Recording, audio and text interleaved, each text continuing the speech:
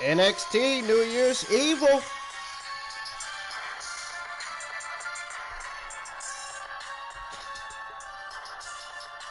Man, oh man, NXT New Year's Evil was a good show last night, man. Gotta give Triple H credit, man. Seriously. I don't know about WWE, but I'm giving Triple H credit for this one.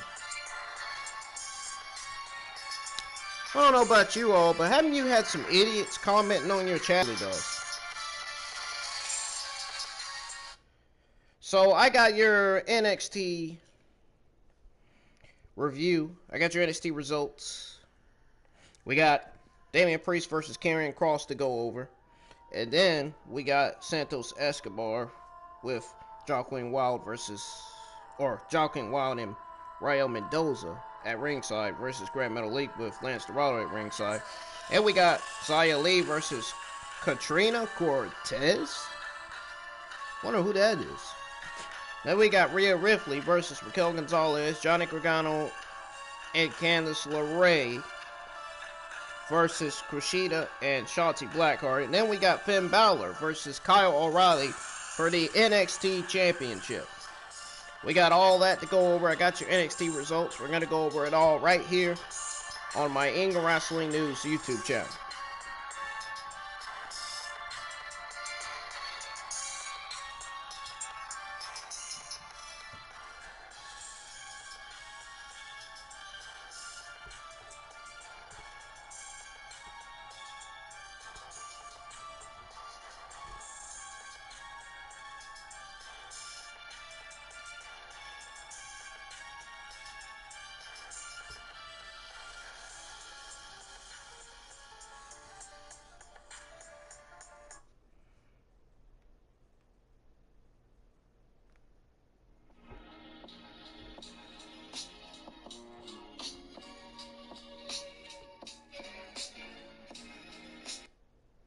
Ladies and gentlemen, I am Brennan, and I am live with your January the 6th, 2020 NXT New Year's Evil 2021 review.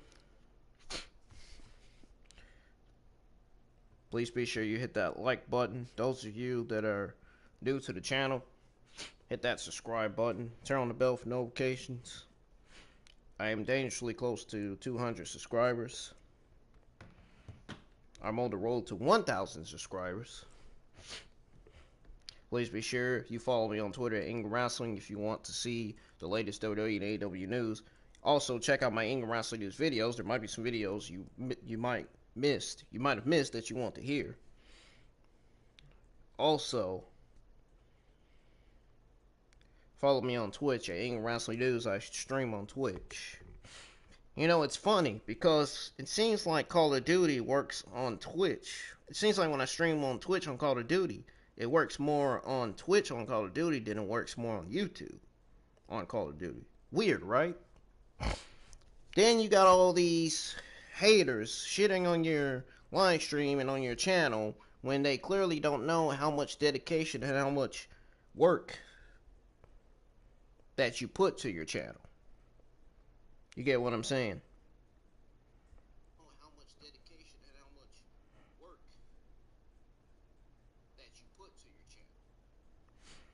It's like they don't, it's like they don't care about that. They think these idiots in the IWC community, these idiots on YouTube, these fucking trolls think it's all about comparing somebody else's channel to someone else's. No, it's not about that. It's about giving the audience what they want to see, what they want to hear, and what they need to know. That's what it's all about. It's not all about whose channel is better, whose channel's the best, whose channel's the greatest, whose channel is better than anybody else's. It's about giving everybody what they want. That's what it's all about to me.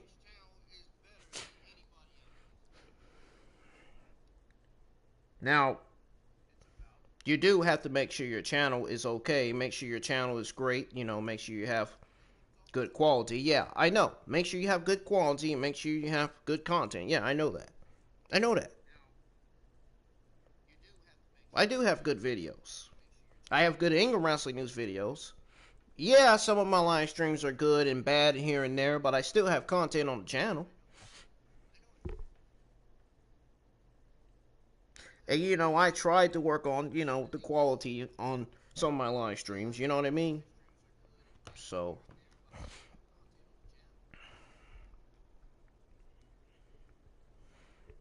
I try to do what I can with my channel, man, trying to continue to grow with the channel. If you hit that like button, man, it not only helps me, but it helps the channel, helps the live streams, It really helps me decide whether I need to do better with the channel or I need to continue to do better with the channel. You know what I mean? So, and I just want to thank everybody for supporting me in my channel, man. I'm definitely trying. And I always try to make my NXT, Raw, and Smackdown reviews make sense. And speaking of Raw, my chat shitting on me and my channel, my moderator was there. I'm glad. I'm thankful that my moderator was there, was able to get there on time to fucking block these guys and delete their messages. Cause those what you call crybaby hateful bitches. That's what you call those guys that hate on your channel, shit on your channel, shit on your videos. Those are what you call those hateful bitches, man. That's what you call them. They're crybabies. They want someone else's channel to be better just because their own channel's not better. 3 of the guys that commented on the chat, they don't even have subscribers on their channel. And they're shitting on me. Yeah, give me a break. They don't even have, and they probably don't even have videos on their channel either.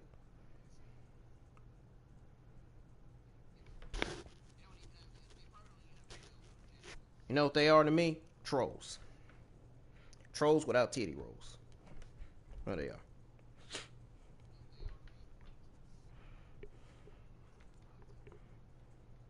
So anyway, folks, we're going to go ahead and get started with the review, man.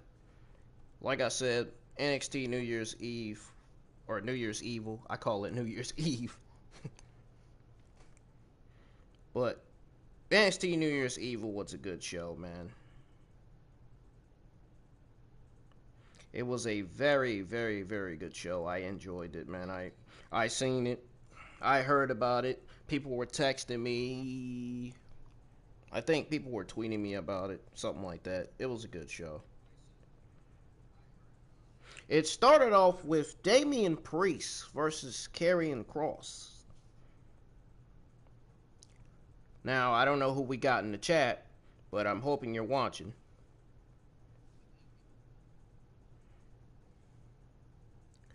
So, Karrion Kross versus Damian Priest. It was a good match, man. It wasn't too bad, man. It was a hard-hitting match, I'll tell you that much. It was better than Escobor versus Gran Metalik for the Cruiserweight Championship.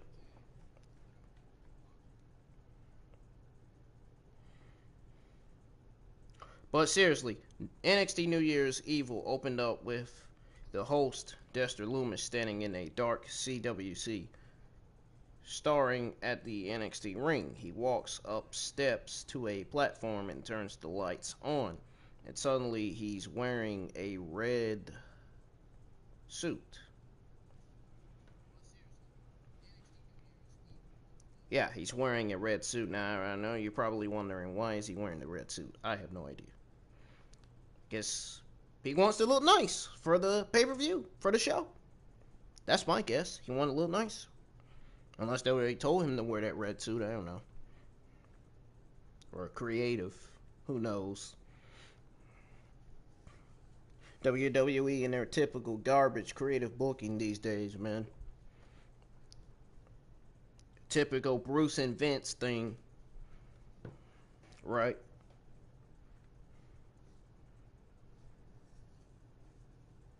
Anyways, so then that's when we got Damian Priest versus Kross.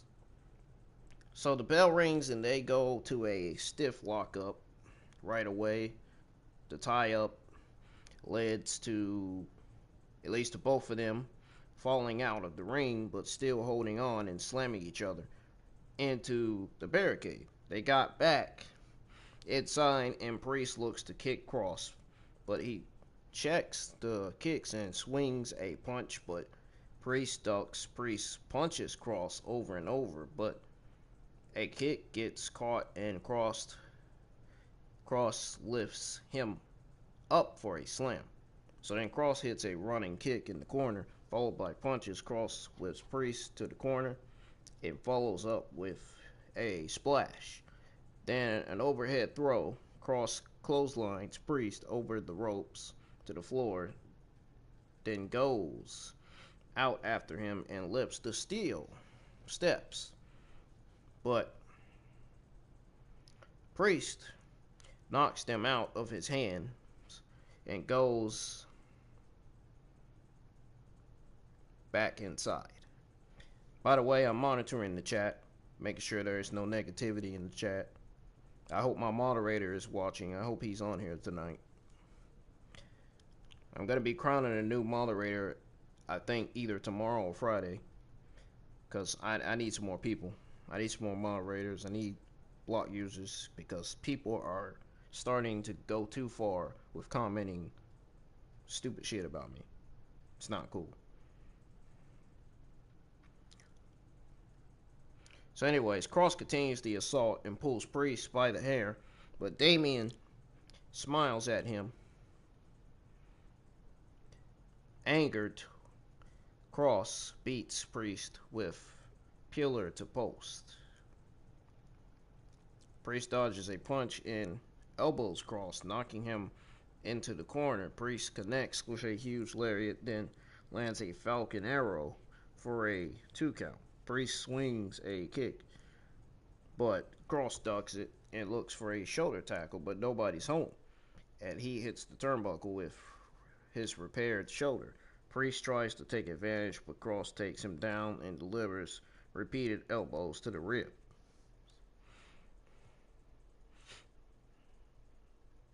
So then Priest rallies and hits a springboard senton. Then hits the ropes, but Kross intercepts him with a lariat. Kross lifts Priest and hangs him in the tree of wool. That's exactly what he did. He hung him in a tree of wool.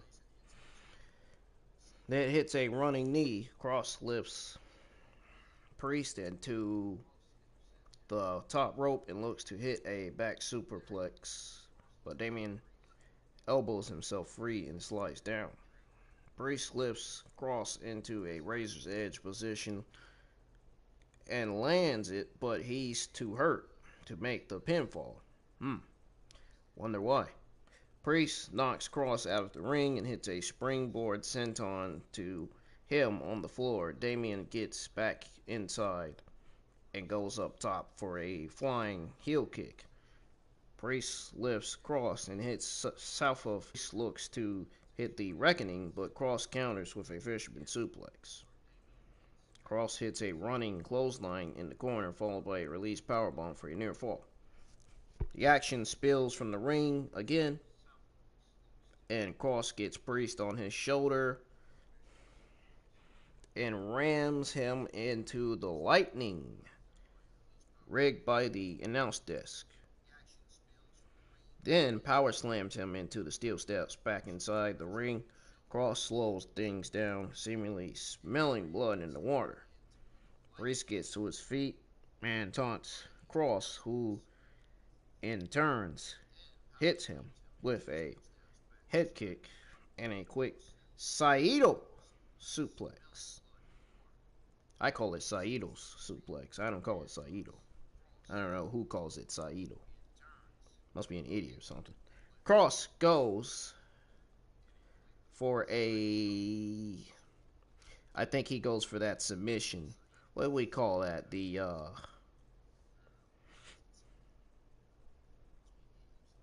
trying to think that submission is. No, it wasn't a submission. It wasn't a submission. It was a forearm. He goes to the corner and runs for a forearm to the back of the head and scores the pinfall. See, I had it right. I'm not stupid. So, Kross got the win, man. I gotta say, man, this was a really, really good match. And I know some of you all that's watching, and I bet you some of the haters that's watching probably agree, because they watch wrestling, I know they do. They probably don't. They probably don't care about wrestling. I shit on wrestling and I talk about wrestling because I'm passionate about wrestling and I actually care about wrestling. That's why I do these reviews for a reason. Not only that, it's because for views and subscribers as well. Because I know people want to know what's going on with NXT Raw and Smackdown. So that's why I go live for my reviews. To give everybody information on what's going on with the shows.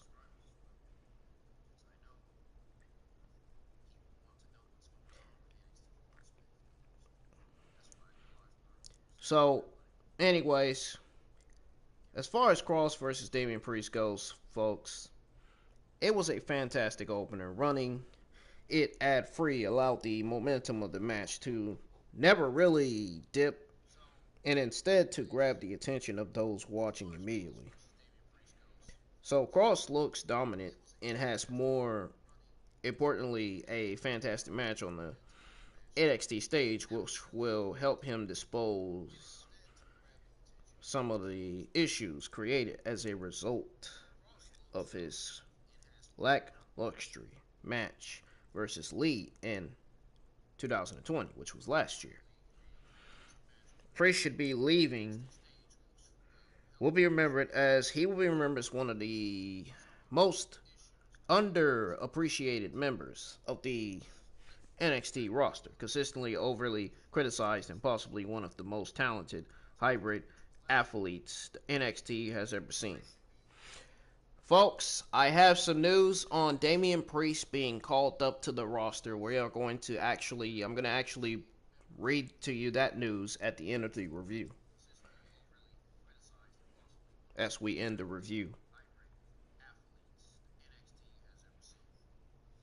So,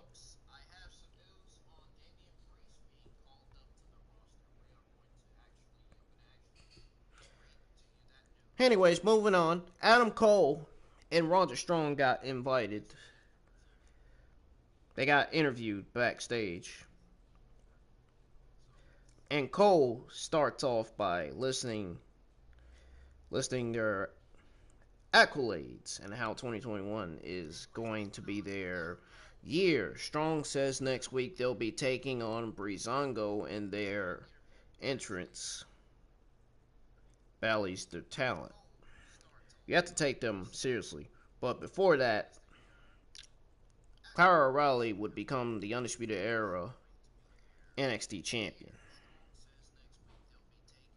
undisputed NXT champion is what I'm trying to say. I think you all understand what I'm trying to say here. So, we got... I'm guessing you already know what match this was, because you know I know. We seen it last week. We're seeing it again.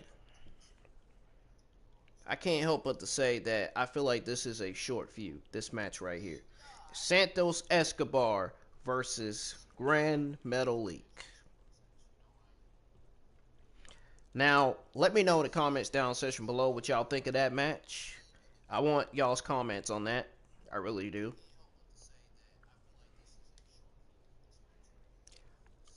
I think this is actually closing the feud of Gran Metalik and Santos Escobar.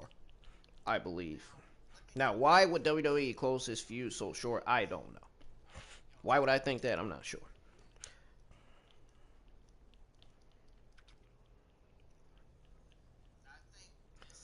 WWE, we know WWE for sure are morons when it comes to the garbage we get on Monday Night Raw and Smackdown every week. I mean, I'm sure we all know that.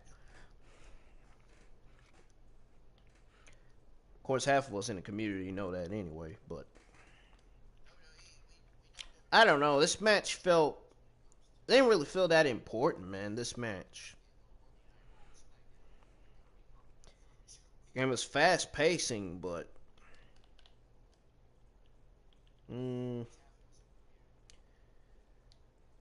not too many people was into it.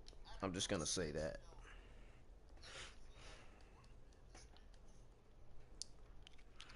I mean, people are getting tired of seeing the same stuff over and over again on NXT. We need to start seeing different stuff. Really. I told you. I said this before and I'm saying it again. NXT is kind of slowly starting to feel like Monday Night Raw. I said this. The show's still good. Just, it's feeling a little bit like Monday Night Raw, though.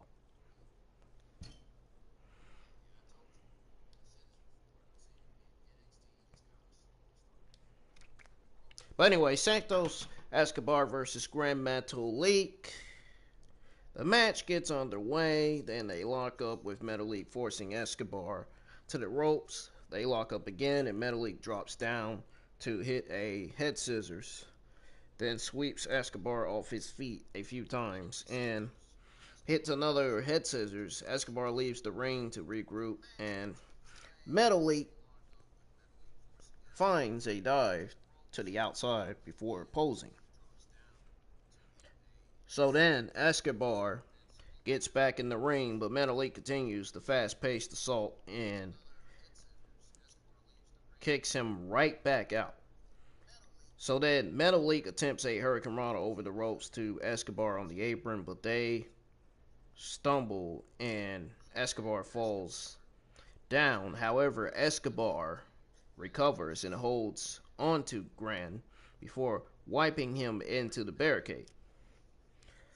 Back live, and Escobar has Metalik on the top rope, and he drops him off his shoulders onto the buckles. Santos applies a surfboard stretch to Metalik and tries to make him submit. Metalik counters with a pin attempt for a near fall. So Metalik hits a sunset flip for a near fall, and Metalik hits a reverse sling blade and sends Santos to the floor, then dives over the ropes onto him. They get back inside, but Santos rallies and tosses Metalik out, then dives onto him. Escobar gets Metalik back inside and backs him into the corner. Escobar shoves Metalik off the top rope onto the apron. Metalik hits Escobar back, then dives onto Escobar's goons at ringside. Metalik jumps back on the top rope, but Escobar pulls him down and hits the Phantom Driver for the win. Now, I'll admit, Escobar has been excellent in the ring. But for WWE to bring Gran Metalik to NXT, knowing that he's a Monday Night Raw superstar, just doesn't make sense.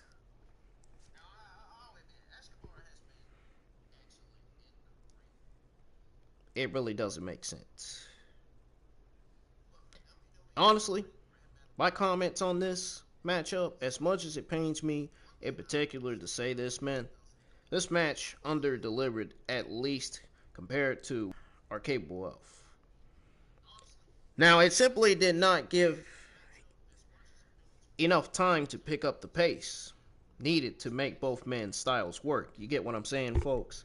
So, 10 minutes is barely long enough to achieve anything in modern wrestling. It is far too short for a balanced matchup like this.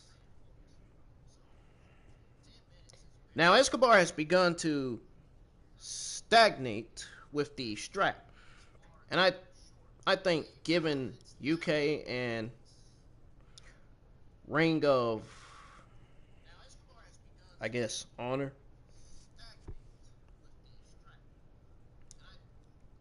but given NXT UK lockdown rules, meaning that Devlin once again is unlikely to get over for the feud they are desperate for, it might be worth giving someone else a run with the belt in the meantime.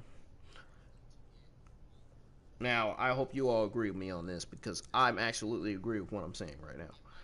I wouldn't be against seeing Lince Dorado take a pop at Escobor now to try to, avenge his tag team partner. I guess we shall see next week on next Wednesday's NXT. Alright, anyways, that's going to do it for that.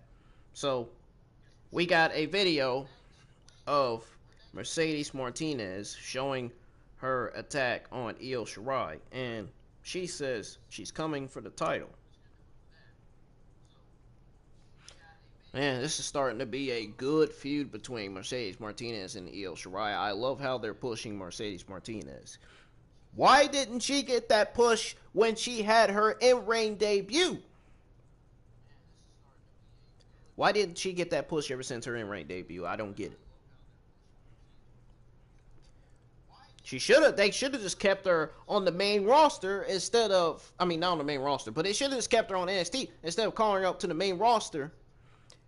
And all of a sudden, here she is, Retribution member, and she's one of the 5 NXT talents getting killed on the main roster by Vince and Bruce and WWE so-called creative.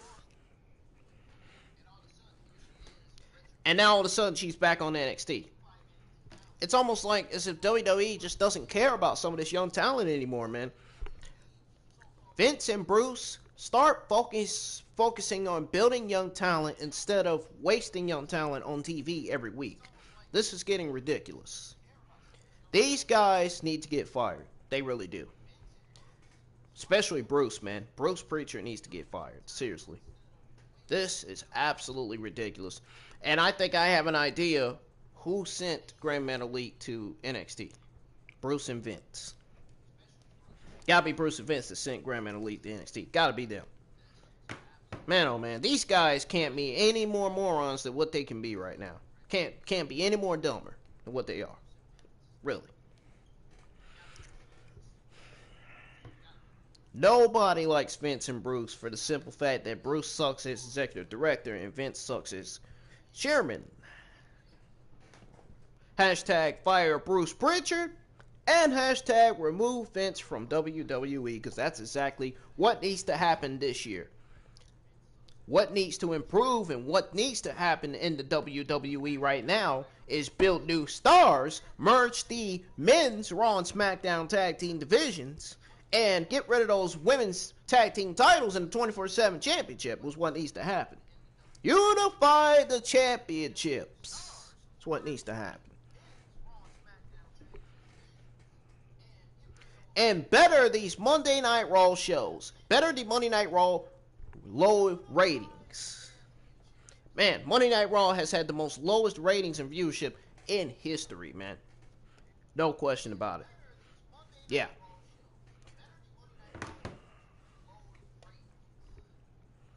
It's getting worse, dude. It's getting worse. As long as Vince McMahon is chairman, as long as Bruce is executive director, Monday Night Raw and SmackDown will never get better. We'll never see the Monday Night Raw and SmackDown that we used to watch all those times ago anymore. That's when, if Bruce can get fired as executive director, you know, if he can get fired from his position as executive director, and if Vince can get removed from WWE, maybe we will start to see better Monday Night Raw and SmackDown shows. But we're not seeing them because they haven't been fired. They have been removed. They haven't been removed.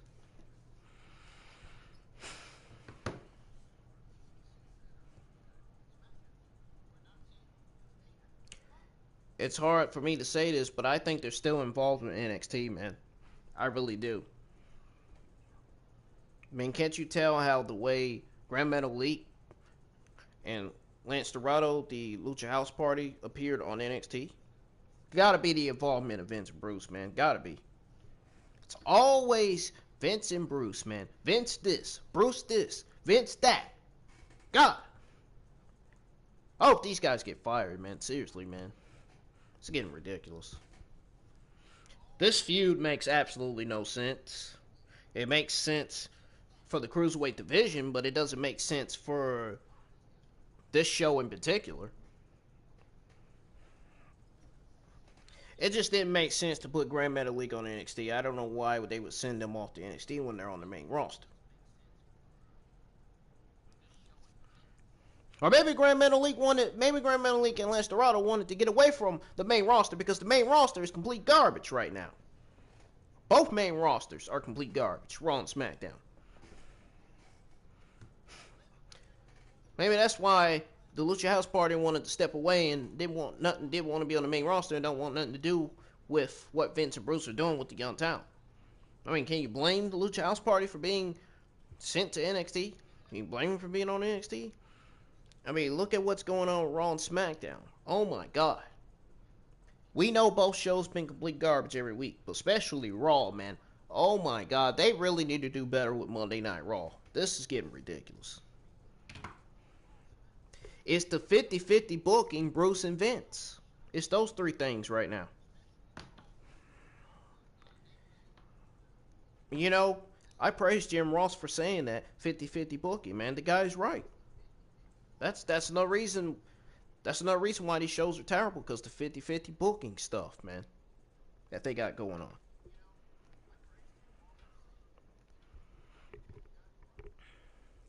That's the problem with WWE. They always going with the same fucking agenda every week, man. The same agenda.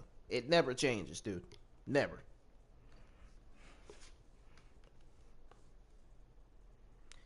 It's starting to become a problem from some talent, man. Some talent are going to end up flumping from the roster soon, man. They're going to end up wanting to leave WWE to go to AEW. And I know something tells me one of them is going to be Keith Lee. And something tells me another one's going to be Ricochet. And then it's going to be Aleister Black. Because Aleister Black's been kept off TV for how long? What? About 2-3 months? Now we're seeing Lucha House Party on NXT. What the hell's going on here?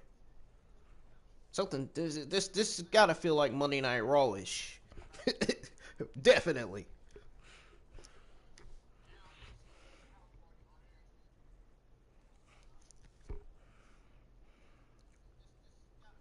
So after we got a video package from Mercedes Martinez showing off her attack on Io Shirai, saying she's coming for the title, we got Xia Li and Boa make their return to NXT, standing either side of a very creepy person in a mask on a throne, which I'm suggesting is either Miku Satomura or Sairi or Karen Q, one of the three. Given that Karen Q is a Chinese American professional wrestler, given that Sairi is a Japanese professional wrestler, and given that Miku Satomura is also a Japanese professional wrestler. I already did. Remember, there was an Ingram Wrestling News video on what's going on with Boa and Xia Li. I encourage you to all check that out. Seriously, I did really good on that video. I came up with my own ideas as to what I think is gonna happen.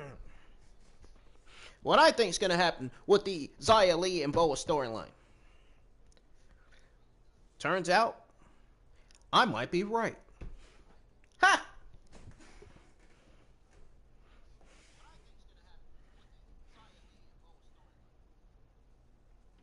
So they said they walked down the ramp and Xia is in action.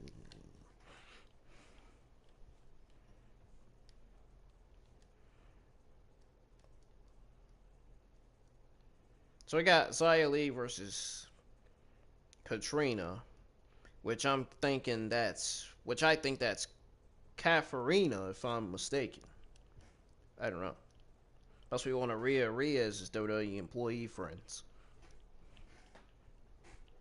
Gotta be. She's gotta be. Probably one of Santos Escobar's inspirations. Or maybe.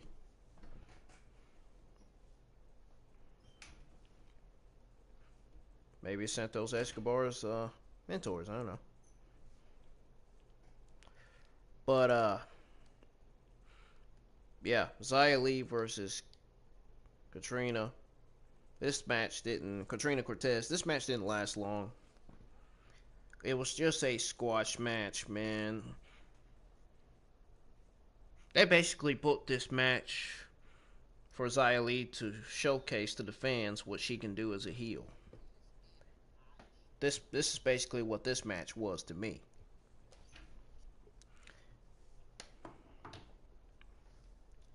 So, it was a good squash match for her, though.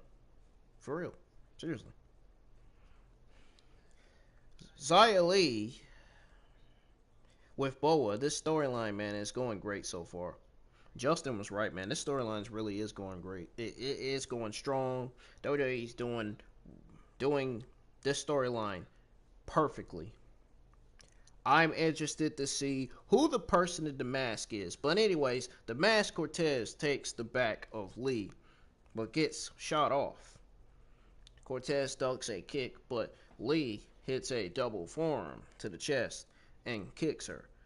Li turns and nods at the person on the throne, then grabs Cortez and knees her a few times. Xia knocks Cortez down with a side kick to the gut, then send. And then we got Xia Li and Boa walk back up the ramp and stand either side of the creepy figure in the thorn while smoke billows around them. Sounds like I'm barely speaking English, just saying. This was a perfect example of giving fans just enough to engross interest without giving it all away early.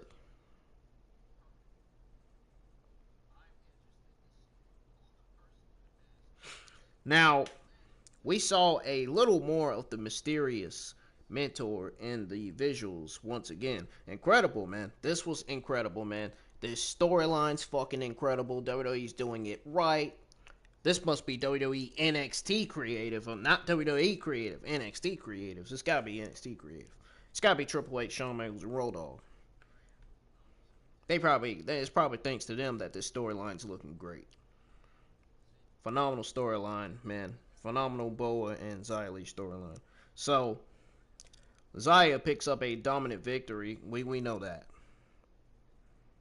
So they tune in again to see this explained further. I'm a big fan of this storyline, man. I'm interested to see it on. I'm interested to mention this on next week's NXT review. I'm interested to read about it on next week's NXT review, man, when I go live with my review on NXT.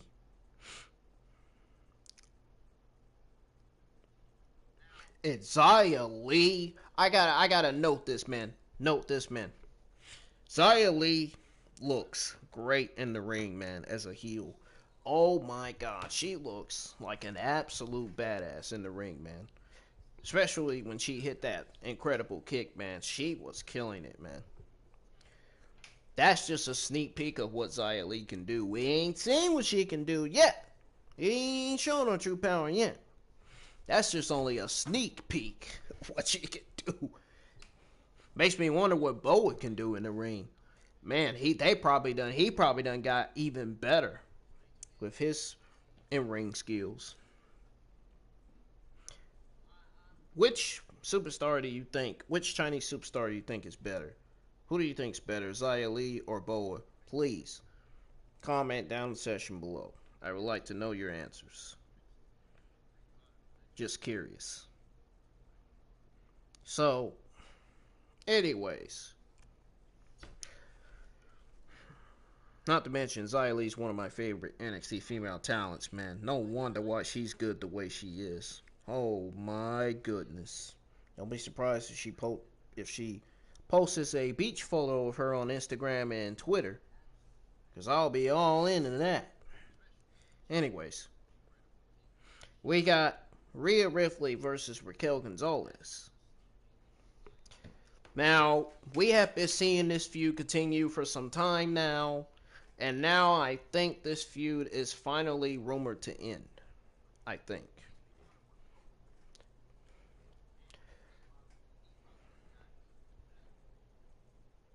Now, this match did end with Raquel Gonzalez winning it, but I just want to go over what went down with this match for you all that didn't watch NXT last night.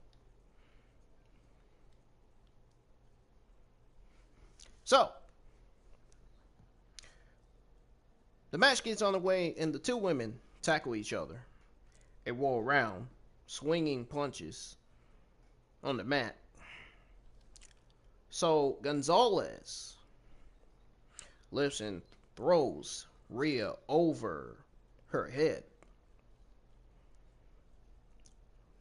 Then does it again. That's how you know how hard-hitting and powerful this match was, man. Ripley fights back and knocks Gonzalez down with a kick to the back of the leg. So then, Raquel rolls outside and Ripley goes after her and gets a candlestick. Ripley hits her in the back a few times, but Gonzalez blocks one and hits her back. Rhea runs up the steel steps and jumps for a dropkick, but Gonzalez hits her with a chair in midair. I like that combination. Chair in midair. Huh. Kind of connected there, man. Anyhow, Gonzalez runs Ripley into the barricade, then grabs a pair of handcuffs. Ripley fires back and slams Gonzalez on the plexiglass, then grabs the handcuffs and ties her to the chain link around the barricade. Like that during plexiglass was going to even hurt Gonzalez. You really think that plexiglass is going to have any effect on Gonzalez? Absolutely not. Just saying. Throwing it out there. Raquel Gonzalez worked hard for this match. I seen the video of her on Instagram working out. I seen it. And she works out pretty good for a Latina. I mean, she was good. Might as well call her my amigo after that one. I'm just joking. But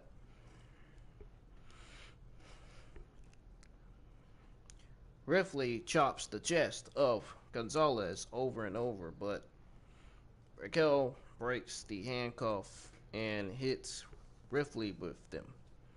Ripley stumbles to the timekeeper's area and grabs the hammer to ring the bell. But Gonzalez slams her headfirst into the bell. So then, Rhea starts punching back when she gets to her feet. then runs at Gonzalez but gets hit with a backdrop and lands very badly on the edge of the announce table. So then Gonzalez then uses the remnants of the table to bury Ripley and try to win the match. That's like bury is the word I use when I see Bray Wyatt get buried on TV. Bury is the word I use when Aleister Black gets buried by WWE keeping him off TV and not using him on TV. Wasted. Bury is the word I use when I see... Let me see, who else? When I see that Humberto is not on the show. Humberto not on the show. You know, the loser. The guy that loses on Raw all the time. Barry is what's going to describe Apollo when he loses to Big E this Friday night on Friday Night Smackdown, and he goes, "Bye-bye, Apollo, right back to catering." Right back to catering you go, which you don't belong there. But oh well. Anyways.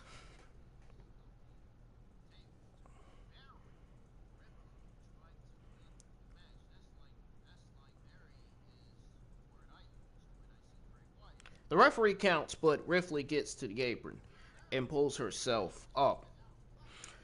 As they head to the commercial break, I feel like this was the first commercial break of the night. No, it wasn't. It felt like it was, though. So we're back live as Gonzalez is beating Ripley up the ramp.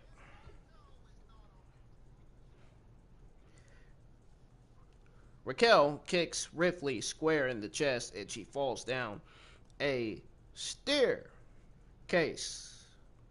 Gonzalez beats Ripley backstage but tackles her through a glass door, just like I want to tackle Bruce for the simple fact that Bianca Belair lost last Friday on Friday Night Smackdown for the third week in the freaking row.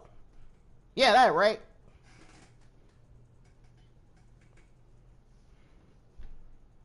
Oh, not to mention Dolph Ziggler and Raul got new names on SmackDown. But you know what? This ain't SmackDown. This is NXT. So, just saying.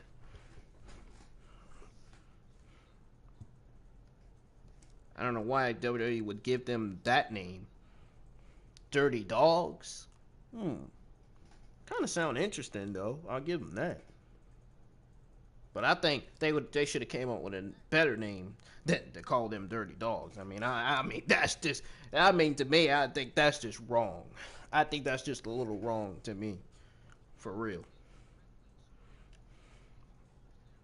But, anyways, we're back live from commercial break as Gonzalez is beating Ripley up the ramp. Gonzalez kicks Ripley square in the chest and she falls down a staircase. Gonzalez beats Ripley backstage, but Ripley tackles her through a glass door. They both get back up, and Ripley drags Gonzalez back over the glass and sets her onto a table with condiments. I'm not sure what that is, but anyways, Ripley climbs high above Gonzalez onto some lockers and does a suck it before hitting a rolling senton through the table. Suck is the word I use when I see Bruce. No, I'm just joking. I think suck is the word when I watch Monday Night Raw and SmackDown every week. This show suck. Vince and Bruce can't write or produce. I mean, ain't that obvious? But then you got Vince McMahon reportedly ripping out scripts and walking out. I mean, that sounds like a fucking idiot. It sounds like a fucking crybaby to me. It sounds like a man who's picky, who can't be grateful that his writers are writing the best that they could possibly ever write. I mean, it's already enough that Bruce and Vince doesn't want to get the fans what they want, for the simple fact that they only want to get themselves what they want out of the shows, what they think how the shows are going to come out, how they think the shows are going to better the viewership, which these shows are not bettering the ratings or the viewership for both Raw and SmackDown. I'll tell you that right now.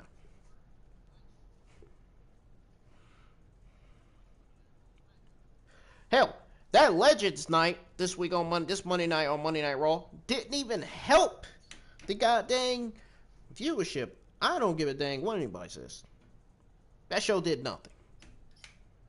Same shit, same old matches, same old gimmicks, same old segments, same old interviews, same old bullshit, all that BS. Same old stuff. Every week on Monday Night Raw. Jeez, man. What else? What else? Same old promos? Gotta be that too.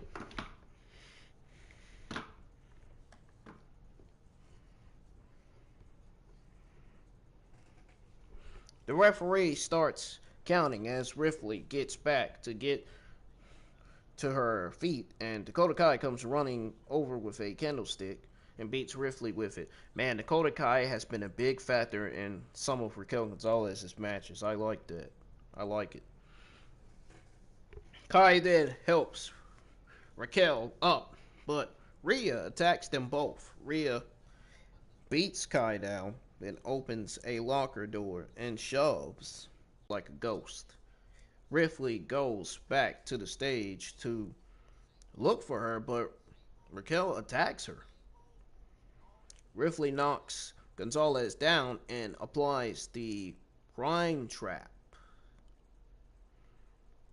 Ripley grabs a chair and wraps it around Gonzalez's face while in the submission. Gonzalez turns over and kicks Ripley back in the stage. Both women slowly get up and Gonzalez slams Ripley into the X on the stage and it glitches. Just like some of the games on the PS4 glitch. Because PlayStation are not doing their jobs. Just like some of the streams are acting up because the internet is not working. Just like same problem I had with Call of Duty yesterday. Makes me wonder, was people shitting on me or were they shitting on the stream? I think they were just shitting on me and the stream. Blaming me for the cause of the quality. Which clearly some of the geeks on Twitter with no subscribers don't realize that it's not my fault. I don't care. The haters, they do anything to come on Twitter and shit on people in their channel, man. Had that happen yesterday. I don't even want to talk about it. I really don't. I want to leave that in the past so freaking bad. I think I'd rather talk about that with my girl. Anyway.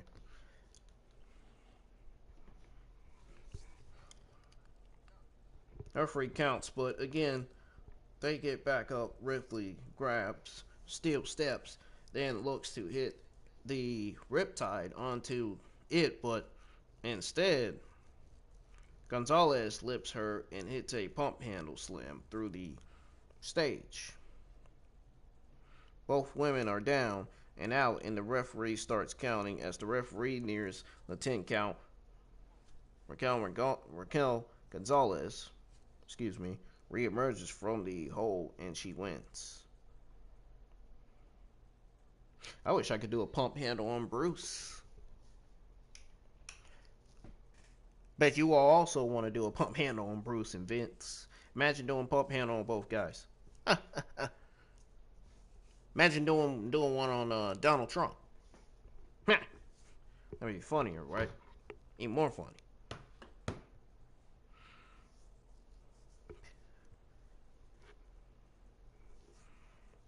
So now we got this over with. Now I can give you my thoughts and analysis on this match. So,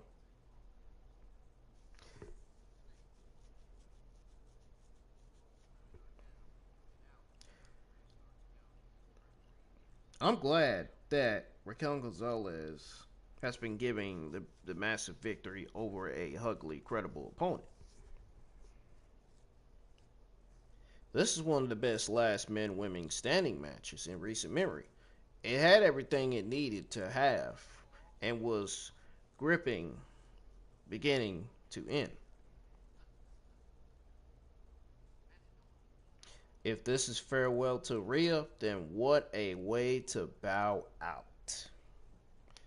Great last women's match between the two. These two are very powerful, very talented. Two of NXT's powerhouses, man. I bet Raquel Gonzalez is celebrating with some champagne right now after that one. Probably speaking Spanish too. At that. I don't blame her. I mean, considering the fact that this is the biggest win of Raquel Gonzalez's career, I mean, you might as well call that biggest win of her career. After you see that, you didn't see what happened on NXT last night. Y'all didn't see that jump.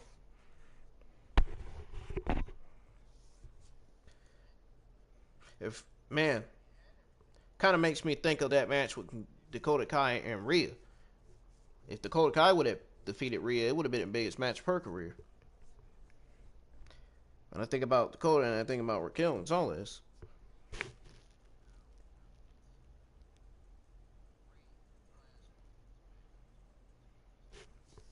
but good match between the two. Nothing more, nothing less I have to say about it.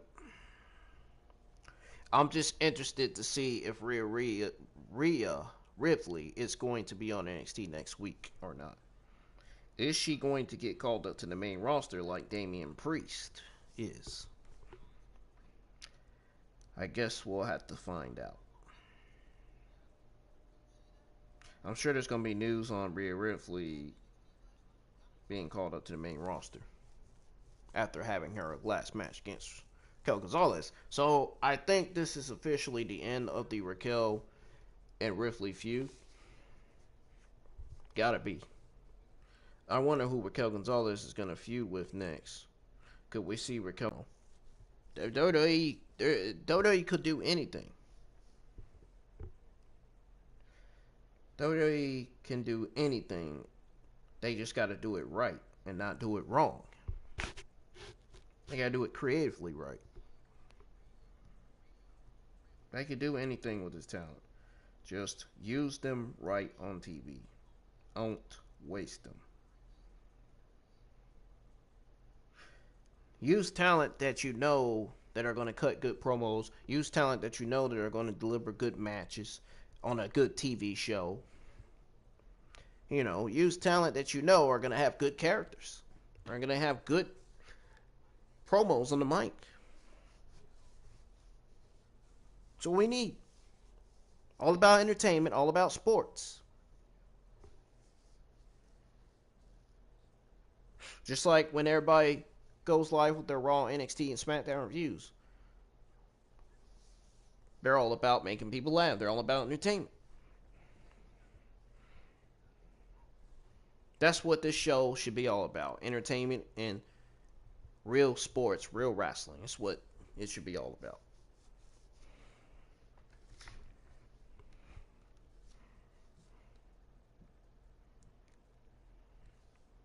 People don't hardly get that these days. It's fucking sad. It really is. So the camera cuts outside and we see the Way making their way to the CWC with a police escort. I'm not even going to say nothing about that name. I'm just going to go with it and say good name. Good stable name for them. Not even going to shit on it. No point.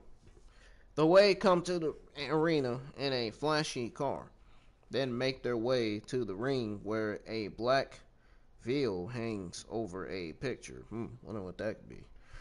Gargano makes fun of a fan before saying he has reversed the curse of not being able to defend the title. His compliments, he complies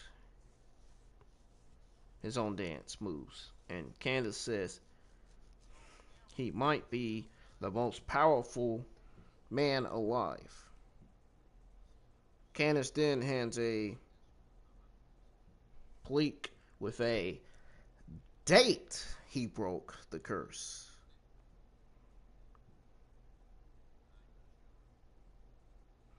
Austin Theory says Johnny is like a superhero and he deserves something in return. They unveil an art piece of the four of them as superheroes. Gargano announces that he and Theory will be entering the Dust Classic. In other words, Dusty Classic. Dusty Rhodes Classic. That's what I'm trying to say.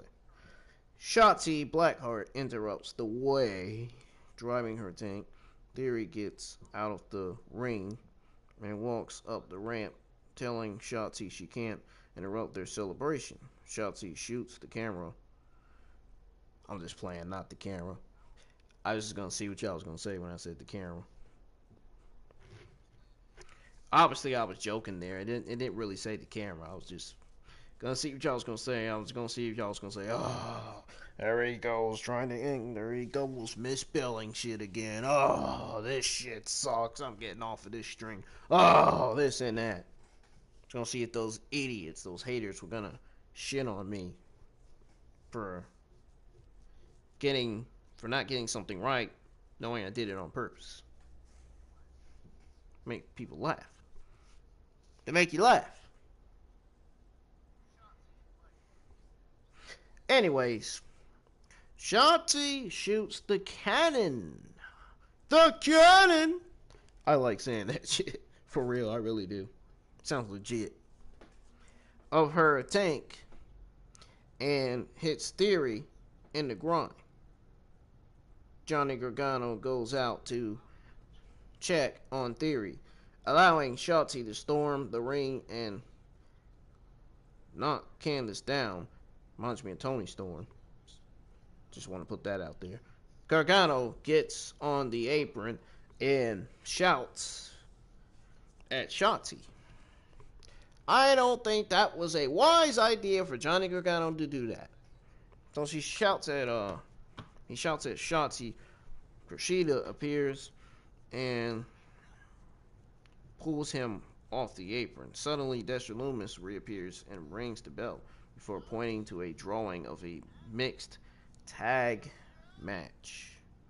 Man, Dexter Lumis is doing the best work of his career with his character, man. He's really doing good. But I would like to see him wrestling in the ring, too. I would like to see him in some good dream matches as well, man. That'd be nice, too. But he's doing good with his character, man. Proud of the man. I hope he continues improving with his character, because when he gets called up to the main roster, he will be a star. A good star. Just WWE needs to use him right and keep his character the same. And not change it like they did with Aleister Black.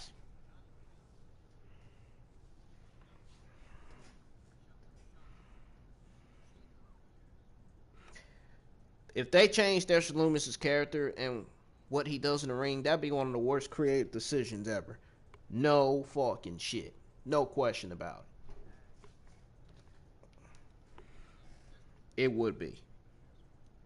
I don't give a damn what some of the majority of the community had to say about this. It's the fucking truth. Nothing but the truth.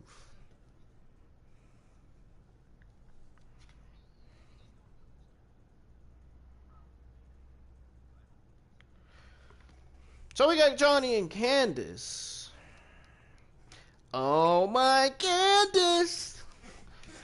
Man, I ain't said that shit in a while.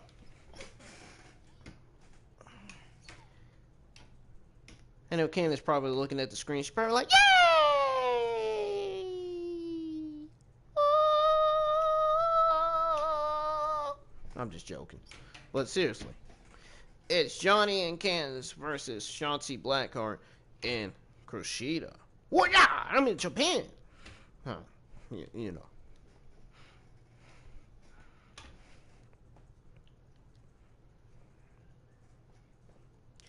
Man, oh man. I gotta admit, I'm gonna go back to that Rhea Ripley versus Raquel Gonzalez match because I want to do something real funny real quick after this. After I read what happened with this match between Johnny Gargano, Candace and Shotzi Blackheart and Kushida in this match. Tag team match. We ain't seen a mixed tag team match on NXT in a long time. Y'all notice that shit? Y'all notice they just now bringing back mixed tag team match on NXT? Literally. For real. No shit.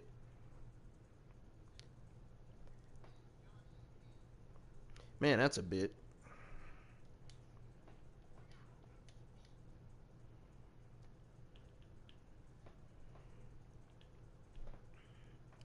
Where is she? Where is she? I know she's in here somewhere. Where is that sexy, pexy, poison pexy at? Where is she? She's gotta be somewhere in here. I know she is. I know she's got. Oh God, not Humberto. Oh no, not the loser. Where is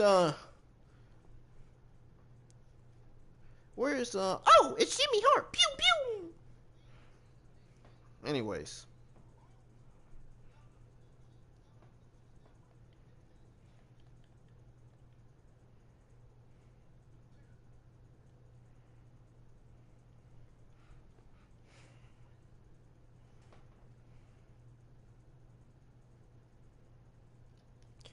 Oh, wait a minute. Hold on. I went to the wrong fucking thing. I was supposed to go to mixed gender tag. Now I know why it wouldn't let me select her.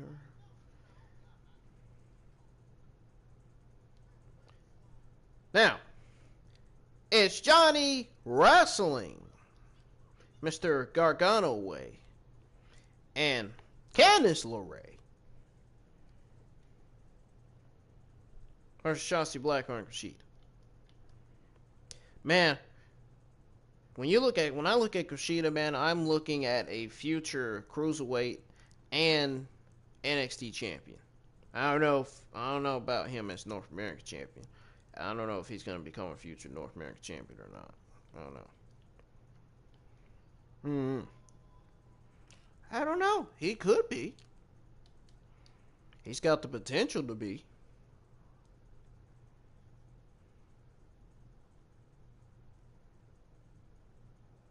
I just don't know if he's got the patience to be that champion.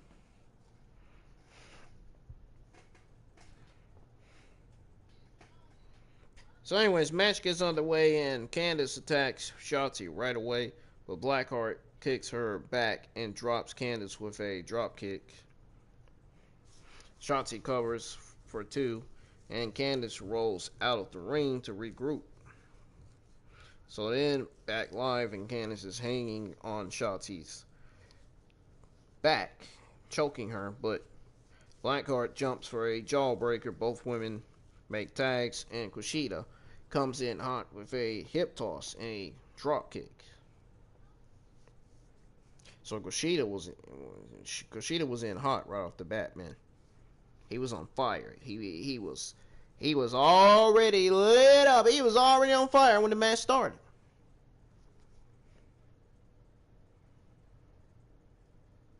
Kushida runs at Johnny in the corner and gets rolled up, and Gargano swings a kick on Toronto. I'm just joking. But seriously, Gargano swings a kick on Kushida. It ducks it. They trade fast-paced reversals until Shida. Reminds me of Harushida. Anyways, hits a hip toss into an armbar. Gargano struggles and manages to get his feet on the bottom rope. So then Gargano grabs the ropes, but Shida grabs him It gets out of the arm breaker. Arm bar. Seriously. He takes him down with an arm breaker. Gargano tries to fight back, but Kushida hits him with a shot to the jaw. Then Kushida runs at him in the corner, but LeRae stands in his way. I like that combination. Gargano then runs, but nearly hits LeRae when Kushida moves. Blackheart runs in and hits LeRae with sliced bread. Hey, isn't that move made famous by the LeBron? I said LeBron. LeBron! Oh man! Please don't name Brian Kendrick that name. That would be so wrong in a million ways. Keep his name the same. But seriously, that sliced bread move was made famous by D. Brian Kendrick. He is the only one that can do it better than anybody else. The sliced bread. He can do it better. He does it better. I wonder if Shotzi Blackheart was inspired by the Brian Kendrick's sliced bread. Makes me wonder. Was she? Must have been watching his matches too, to steal that move. Must have did differently than the Brian Kendrick. Anyways, so her and Kushida hit stereo arm breakers and kicks to the face on LeRae and Gargano. Kushida hits a cartwheel kick that knocks Gargano to the floor. Blackheart then connects with a nasty suicide dive to LeRae. Now, Kushida goes to the top rope, but Theory knocks him to the canvas. The referee spotted the illegal move and argues with Theory, but Kushida pulls Theory into the ring and gives Gargano a drop toe hold into Theory's groin. Kushida rolls Gargano up for the win. I was thinking he was going to do his finisher, but instead he did that.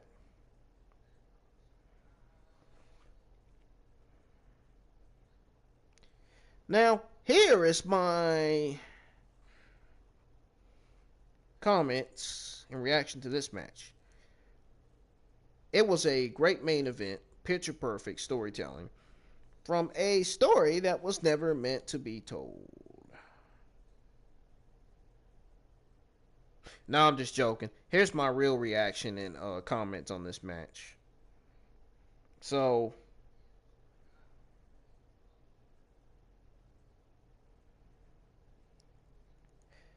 this was a fun, fast-paced match, folks. And a clever way to build to both LeRae versus Blackheart and put Kushida into the North American title picture. The way are truly a gift to professional wrestling and remain a highlight of the week-to-week programming. Good on Johnny Gargano and Candace LeRae. I knew Johnny Gargano and Candace LeRae would be better than what they are.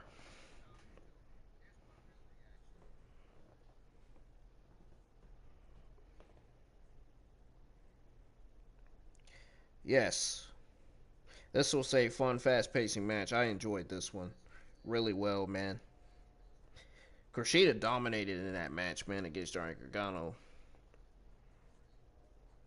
Kushida played a big part in this match. And that's why Kushida and Shotzi Blackheart won. Kushida did most of the work in this match, and he led his team to victory.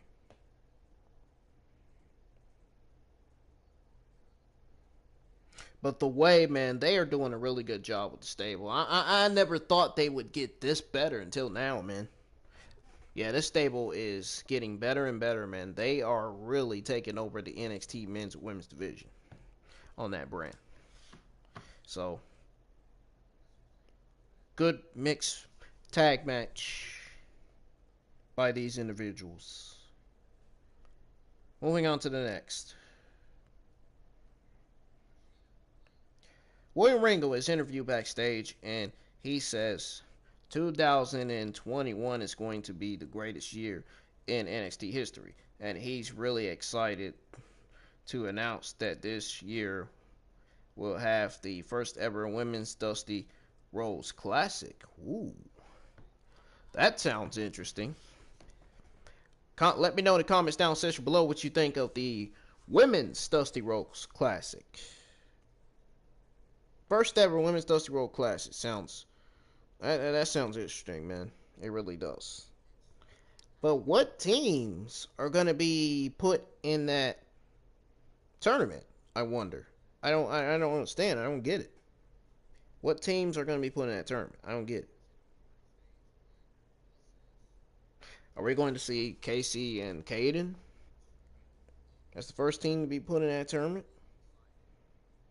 I know we're probably going to see Raquel and Dakota Kai, because they are a team as well. Not to mention, I remember Shotzi, Blackheart, and Rhea Ripley. They were a team too. Let's see, who else? And I guarantee you we're going to see the new team of Xia Li and Karrion Q in this tournament. Gotta be. I guarantee you we're bound to see the new team of them. I mean, given how good this storyline's going.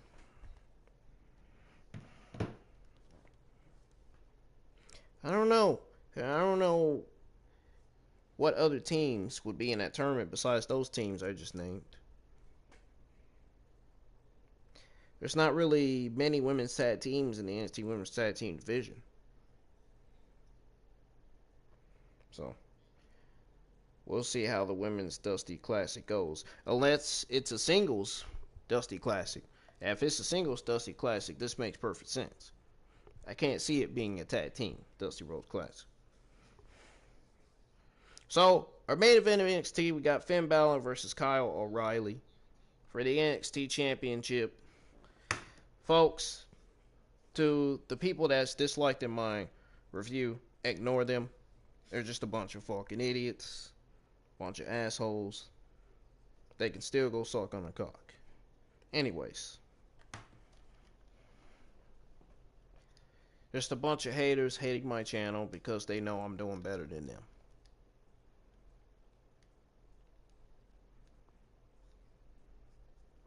So we got Finn Balor versus Kyle O'Reilly.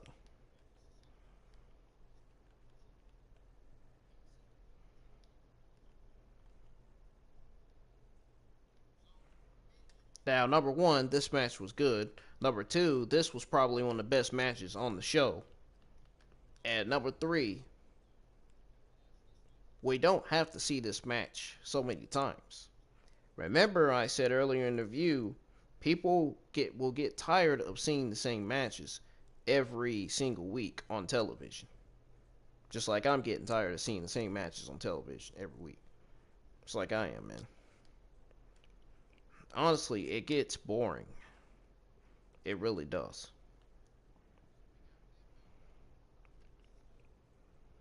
Like that Elias versus AJ Styles match. Why did they put that match on Raw? They put that match last week. Why are we seeing it again? Why are we seeing it in the second week? I don't get it. I just don't understand it, dude. Is AJ Styles and Elias feuding? Because if they're not feuding and they're booking the same match on the show, then it doesn't make sense. Get it? If they're feuding and they're booking the same match on the show, okay, I get it. It makes sense. It's a feud. But if it's not a feud, it's not making sense. Seriously.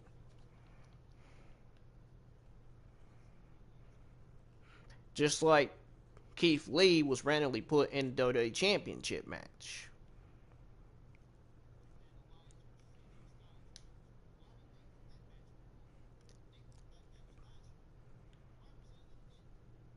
I mean, he deserves a championship match, but you know, that's just like the Hardy Bros and the Hurt Business, man. You know what they got going on with the Raw Tag Team division, man. You got New Day and Hurt Business, the two only legit tag teams in the division. But I still don't understand why they would pair Hardy with Riddle. You got Matt Riddle and Hardy together as the Hardy Bros. I don't understand that. They're not even a legit tag team. They just been paired up because, oh, Bruce and Vince sees that there are no tag teams in the Raw tag team division. That's not really a tag team. You need a real tag team like the Rascals. Rascals would be a good tag team. They can go to NXT, be called up the main roster, and get used right, like the other tag teams. You know, things in the tag team division would be perfectly fine. But no, you got WWE splitting up the Usos and Heavy Machinery during the draft, and then you got fucking the New Day splitting up. You know, that makes the tag team divisions look worse, man. Might as well merge them. Might as well merge the divisions. Jeez.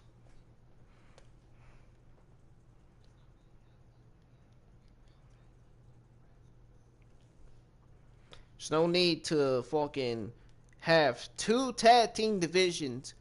There's no need to have two tag teams on both brands. Imagine that. Two tag team divisions.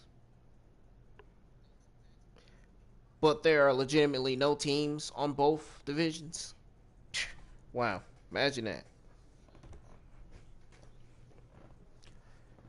At least did what they did back in 2018 or 19. At least have 5 or 4 tag teams on both brands, man. So you can have a tag team division. Well, now they got 2 tag teams on both divisions. Might as well merge them, man. It makes sense to merge the tag team divisions. But Bruce and Vince, you know they don't listen. They go with their way on the highway instead of, you know, they go with their ideas instead of going with our ideas. Just like the simple fact that they give only the fans what they want the fans to see and not give us what we as fans want to see. That's like me giving somebody an American flag and they're tearing it up, disrespecting the country. I don't really like this country. I want to leave this country because there's too many violence and crime and there's too many bad things happening. It's not a good country. Nobody legitimately cares about no one but themselves in this country. That's the problem. People need to start caring about other people, start caring about themselves, man. Now, it's not yourself that you need to care about. It's other people, too, out there. I think that's the problem with this society now.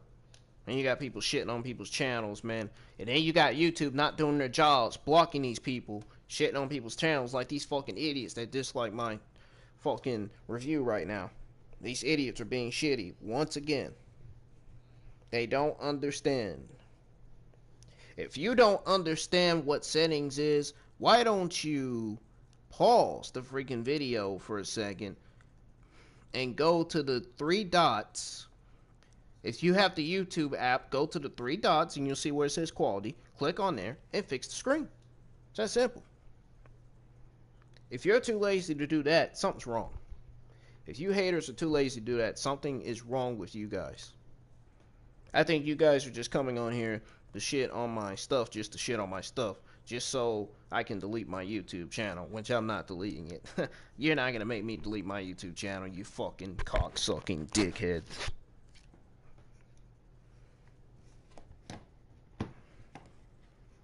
Just saying.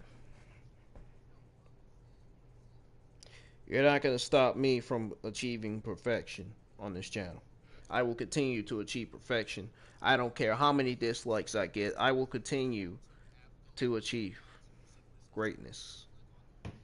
No matter how many dislikes I get from the idiots in the community, from the haters on YouTube, I will continue to be successful and do what I have to do to make this channel look great.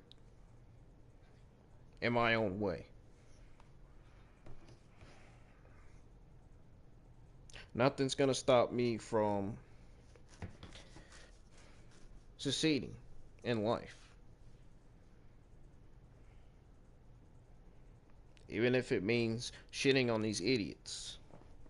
These haters that I told my moderator to delete and block as I was streaming on Call of Duty. So we got Finn Balor versus Karrion O'Reilly, man. One of the best matches on the show. I'm just going to go ahead and say it. For the NXT Championship. So the bell rings and O'Reilly takes the back of Balor. And they struggle for control until Balor breaks free. They lock up again, and this time Balor tips O'Reilly over and takes a headlock. O'Reilly transitions to a head scissors and holds Finn down. Balor pushes himself up. Yes, he pushed himself up, to those of you who can't hear, which is sad.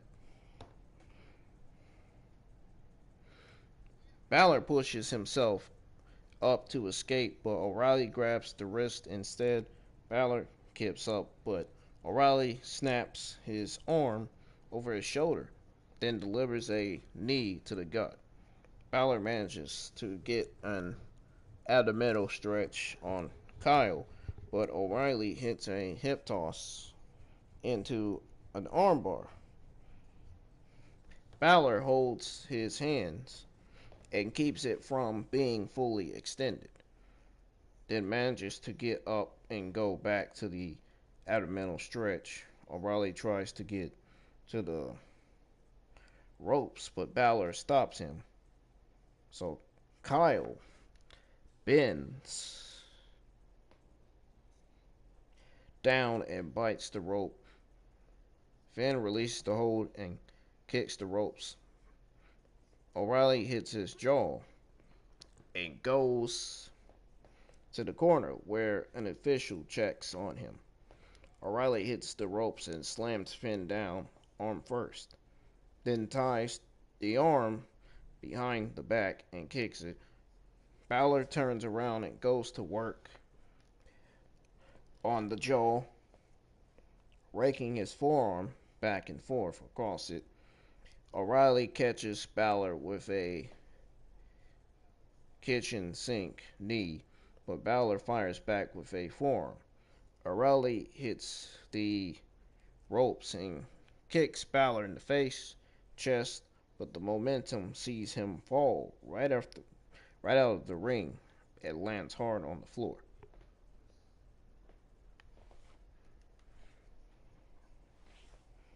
O'Reilly twists Balor's arm around and applies a Gallaton, but Balor breaks away, only to switch to a triangle. Balor again escapes, but O'Reilly applies a figure four. Balor swings a punch to the jaw, and O'Reilly rolls away holding it. Balor drops a few big forearms to the face of Kyle that lifts him for 1916 rather than pin. Balor applies a crossface, but O'Reilly breaks the hold by hitting an injured shoulder. O'Reilly rallies, but Finn drops him and hits a double stomp. Balor hits a stunt shotgun dropkick. It goes up top, but O'Reilly catches him and hits a superplex. O'Reilly hits a brainbuster for a near fall.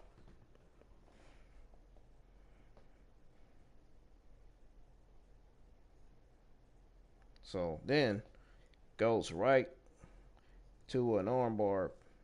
Balor wrists and gets to the bottom rope. Balor moves to the corner, and O'Reilly goes after him, but Balor attacks the jaw again. Balor grabs hold of O'Reilly with a crucifix submission and pulls on the head, forcing O'Reilly to tap. Finn Balor is busted open, and he grabs his title. As we see replays after the match, the Undisputed Era come down to check on O'Reilly, and Balor walks over to give him a nod of respect. The Prince regains supreme over NXT.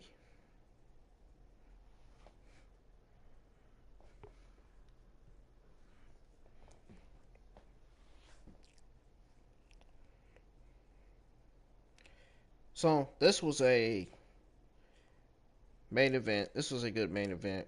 Picture perfect storytelling from a story that was never meant to be told. Balor and O'Reilly just beat the lights out of one another for nearly 20 minutes straight before Kyle finally gave it in to Balor's targeted assault. Now, what the future holds for both men is up in the air. However, to reiterate previous WWE NXT results, Mania Takeover show featuring Balor, Demon versus Kross, and O'Reilly versus Cole, and it should be fantastic. Overall, absolutely incredible show that flew by in a heartbeat. Often in these NXT results, sometimes every week I always praise NXT for what they do, man. They're doing a fantastic job. But way to go, man. Way to start off 2021 with a good episode of NXT New Year's Evil. Folks, that's going to do it for your not December, but I got my days mixed up. All right, months. This is the end of your January the 6th, 2020 NXT review. If you enjoyed this review, hit that thumbs up. To those of you that didn't enjoy the review, that are at least not the trolls, I hope to those of you that are actually disliking the video are not the actual trolls. If you don't like this review or didn't enjoy it, hit the thumbs down. So again, if you enjoyed this review, hit the thumbs up. I'm hoping I get some thumbs up, because I'm tired of seeing thumbs down from these negative idiots who are still trying to insult me in my videos, or clearly trying to say that they don't like these videos. I don't understand why. Why don't they stop watching my stuff on my channel? Go watch someone else's, because this is not their channel. This is my channel. I do what I want, not what they want. So, I'm getting the heck out of here, folks, because I feel like I'm going to have a heart attack. I feel like I'm going to explode like a volcano if I don't get out of here.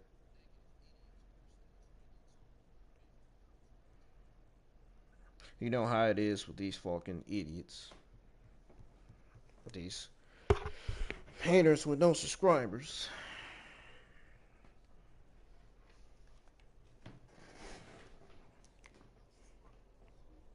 I think I did okay with the review. I don't know if I did good or great, but I did okay. I'm hoping some of my friends on Twitter would say that I did okay when I tweet out a poll asking how I did with my review.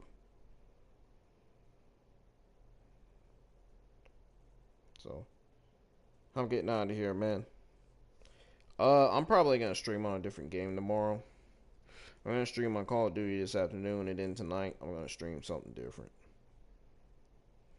I'm going to be streaming something different at night. Probably going to stream some Gran Turismo Sports, because I got a few more days left on my PlayStation Plus, and I want to at least stream on some Naruto this Saturday to show y'all that tournament, showcase that tournament. So there's that, and then I'm probably going to drop a Dragon Ball Xenoverse 2 video on one of the story modes or the para quests that I'm doing. I'm also going to be streaming some Dragon Ball Xenoverse 2 on Twitch, you know, to help some people with their para quests. So I got much more content coming to the channel this week. If you all are enjoying my content, hit that subscribe button, man. Turn on the bell for notifications so you can be notified on what I'm doing on my channel. And I just want to say thank y'all so much for y'all support over me and my channel, man. To those of you who don't think I'm an idiot, to those of you who think I'm actually doing a good job, to those of you who think that I'm actually doing a brilliant, fantastic job on my channel, I really appreciate it. That means much to me. To those of you who don't think I'm doing a good job, why don't you fuck off and go suck on the cock and go to someone else's YouTube channel? Because obviously this is not the one you should be watching. Peace out of my channel. To you haters that got blocked.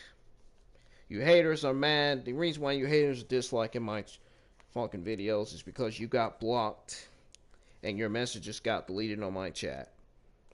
You weren't able to explain yourself clearly. Because you know you're not supposed to be disrespectful in somebody's chat. But you break the rules anyway, right? Because YouTube doesn't do shit about it, right? Yeah, I get it. Whatever. I'm getting out of here, man. I'm going to be exhausted if I don't get off of here. I hope you all stay safe, man.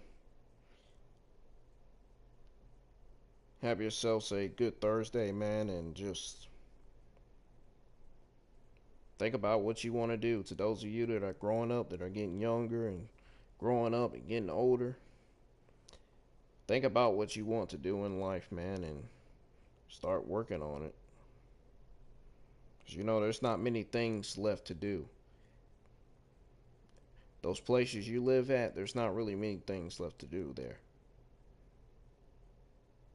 You have to be like me. Think about where you want to move and live. I mean, right now, I'm in a country that I freaking hate. That I don't even want to live in anymore. Because of all this stuff that's going on. And I don't even want to be here for multiple reasons. Period. All this hate crime and all this racism and stuff's going around, man. I just can't be in a negative country anymore, full of people who care about only themselves and not nobody else. Can't do it. I'm still ready to leave this country. Still ready to leave the U.S., man. And I still want people to stop shitting on me and my channel, too. Telling you, I'm streaming Call of Duty tomorrow afternoon, and if I see some more haters shitting on my channel, I'm gonna put them on blast, and I'm still gonna talk my shit about them until they leave. Oh, and guess what? Also, they're gonna get blocked, and they're gonna get reported until they stop commenting on my chat, until they stop disliking my videos and my live streams. I can't stand to see dislikes. I don't want to see any more dislikes. Because if I do, I might not even go live. I might just stay off my YouTube channel until the haters disappear. And that's the best way to do it. Stay off my YouTube channel until the haters disappear. I'm trying to achieve something that these haters can't even fucking achieve on their own, creatively.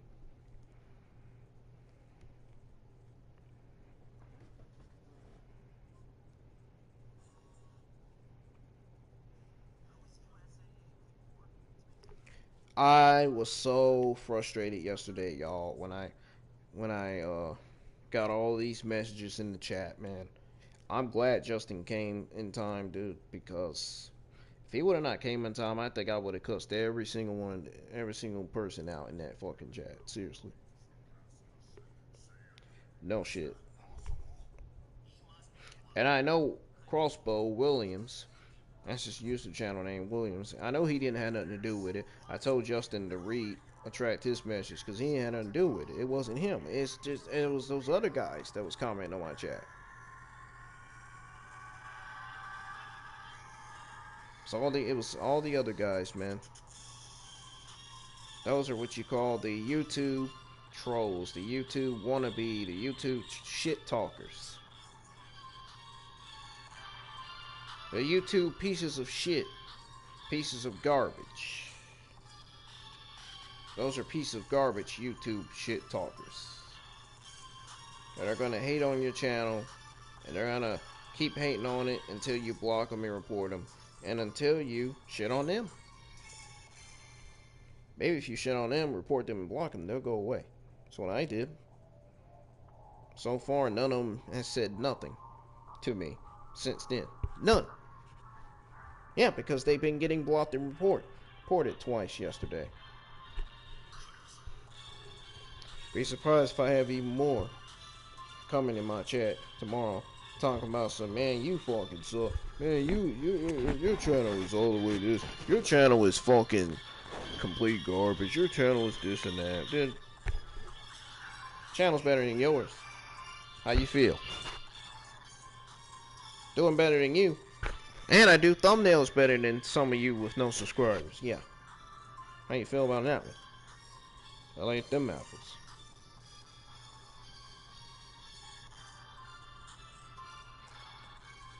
Bet you I'm better than you when it comes to games. Oh yeah, not to mention you're not better than me when it comes to drawing. I can still draw. Don't never count me out when it comes to drawing. Even though I've stopped drawing, I still know how to do it. I haven't done it. Still know how to do it though. But seriously, I'm getting out of here. Stay safe. Be careful, man. Keep your family safe. Please, keep those masks on, man. I know you don't like wearing masks. I don't either, man, but you gotta wear one. We all have to wear one until the virus ends. I'm ready for the virus ends now, because I'm this close to getting impatient. I'm pretty sure everybody else is, too. I'm ready for this social distancing stuff to end, too. I'm sure everybody else is. But thank y'all for tuning in for my review. Have a good day.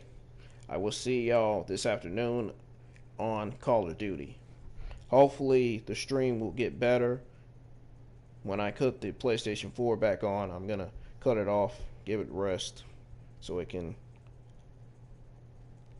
cut it back on and this afternoon, and hopefully the stream quality will get better. I hope.